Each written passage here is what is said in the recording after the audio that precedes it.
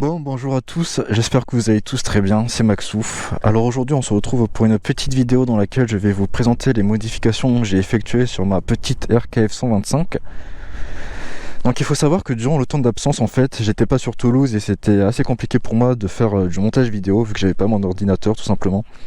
J'ai essayé de faire des montages vidéo sur téléphone mais l'expérience était juste horrible, j'ai très vite abandonné, ça m'a gavé. Bref, donc petit conseil, montage vidéo sur téléphone, c'est horrible, ne faites jamais ça. Bref, voilà, parenthèse fermée.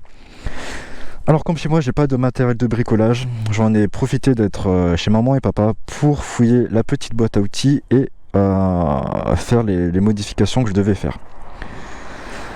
Alors en soi, les modifications que j'ai effectuées, c'est pas bien compliqué, il suffit juste d'avoir du bon matériel et c'est tout en fait, il n'y a rien de très technique et c'est à la portée de tout le monde. Même moi je suis une merde en bricolage, mais j'ai quand même réussi. Enfin du bricolage, c'est pas vraiment du bricolage mais bon, vous m'avez compris.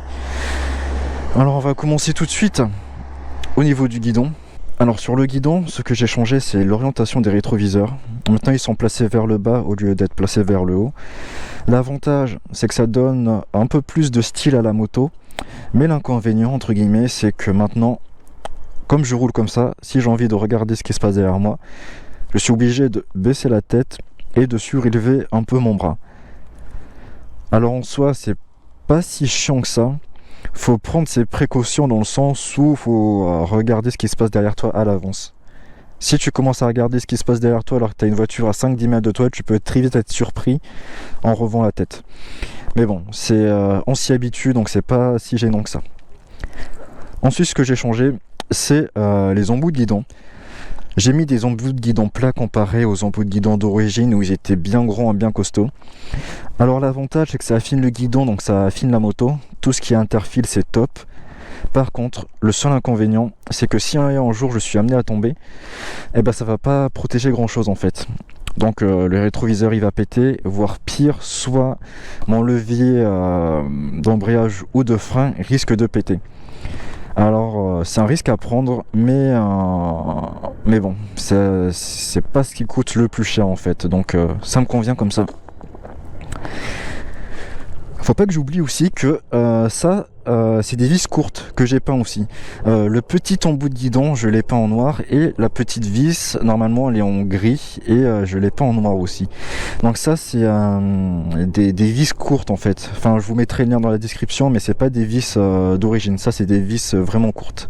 Bref. Ce que j'ai changé ici c'est le placement de mon porte-assurance. Avant mon porte-assurance il était juste ici. Avec le temps je trouvais que ça fait moche, tu voyais un gros truc vert dépassé, c'était horrible. Donc du coup en cherchant à l'avant j'ai trouvé cette petite fixation juste au-dessus du frein. Et c'est assez discret, ça passe assez bien. Je sens pas de gêne au niveau du roulement, au niveau du braquage, il y a aucune gêne, l'emplacement est juste parfait. Donc voilà. Ce que j'ai changé aussi, alors excusez-moi, je ne l'ai pas nettoyée, elle est très très sale, j'aurais dû la nettoyer avant, histoire qu'elle soit un peu plus présentable, mais c'est pas grave. Alors ce que j'ai changé aussi, c'est mon petit support de plaque. Alors il faut savoir que ce support de plaque, normalement c'est un support de plaque pour les KTM 125.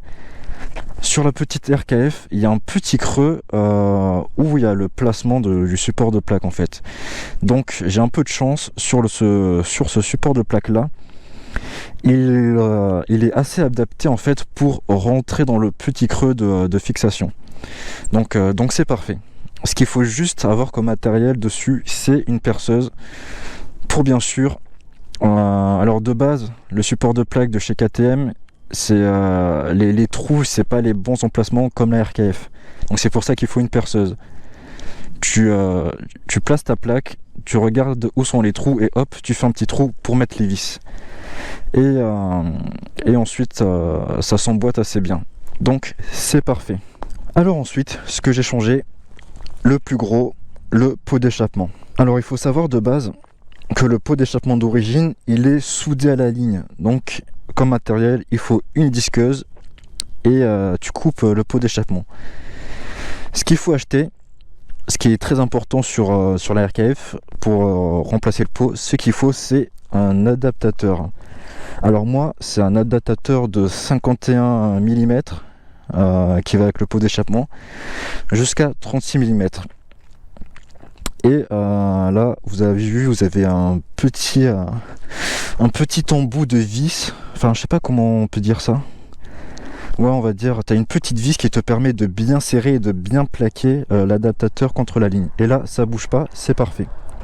Le seul petit problème que j'ai eu, c'est qu'en fait, le pot d'échappement, en général, il est collé à la fixation qui est ici. Et ben moi, c'était pas du tout mon cas.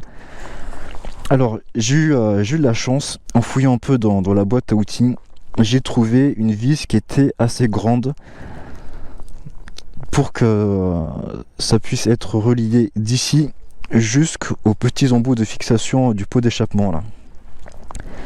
Donc ce que je devais juste avoir, c'est un petit boulon ici pour serrer et que ça bouge plus, et 2 petits boulons pour coller la fixation et permettre à ce que le pot ne bouge plus. Alors je sais pas si je suis très clair dans mes explications, mais je pense qu'en vous montrant ces petits détails, je pense que vous avez compris le principe. Si vous avez des questions, n'hésitez pas, l'espace commentaire est fait pour ça, j'y répondrai. Ce que j'ai changé, mais ça c'était il y a très longtemps, c'est que j'ai mis des liserés de jantes blancs qui sont normalement rétro-réfléchissants la nuit. Ça donne un peu plus de gueule à la moto, c'est stylé. Voilà. Et ce que j'ai enlevé aussi, que j'ai enlevé juste avant de partir, c'est le garde-boue.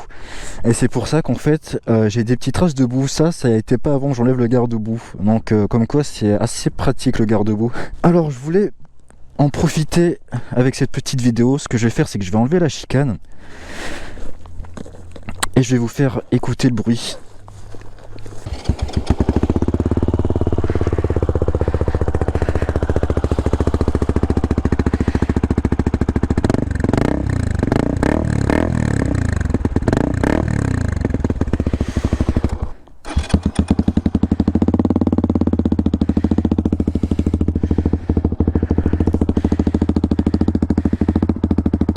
Ah ouais, non mais c'est l'abus là.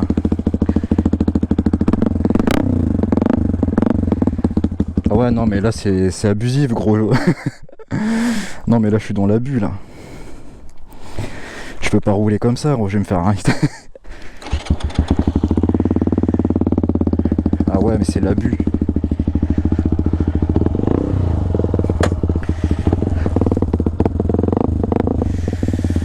Ouais mais c'est l'abus là.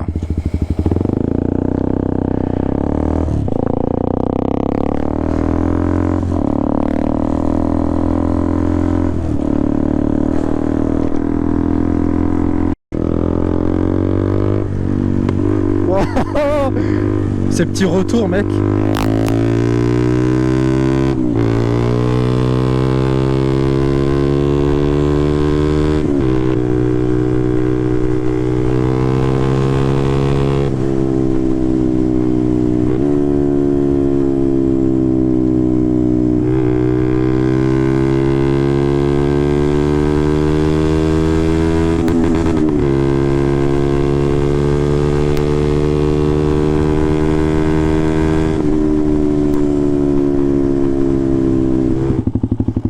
Allez. Bon bah c'était bien drôle. C'était bien marrant. Rouler sans chicane, c'est marrant, mais ça doit être quand même chiant pour les autres usagers. Je vais remettre ma chicane, ça sera mieux.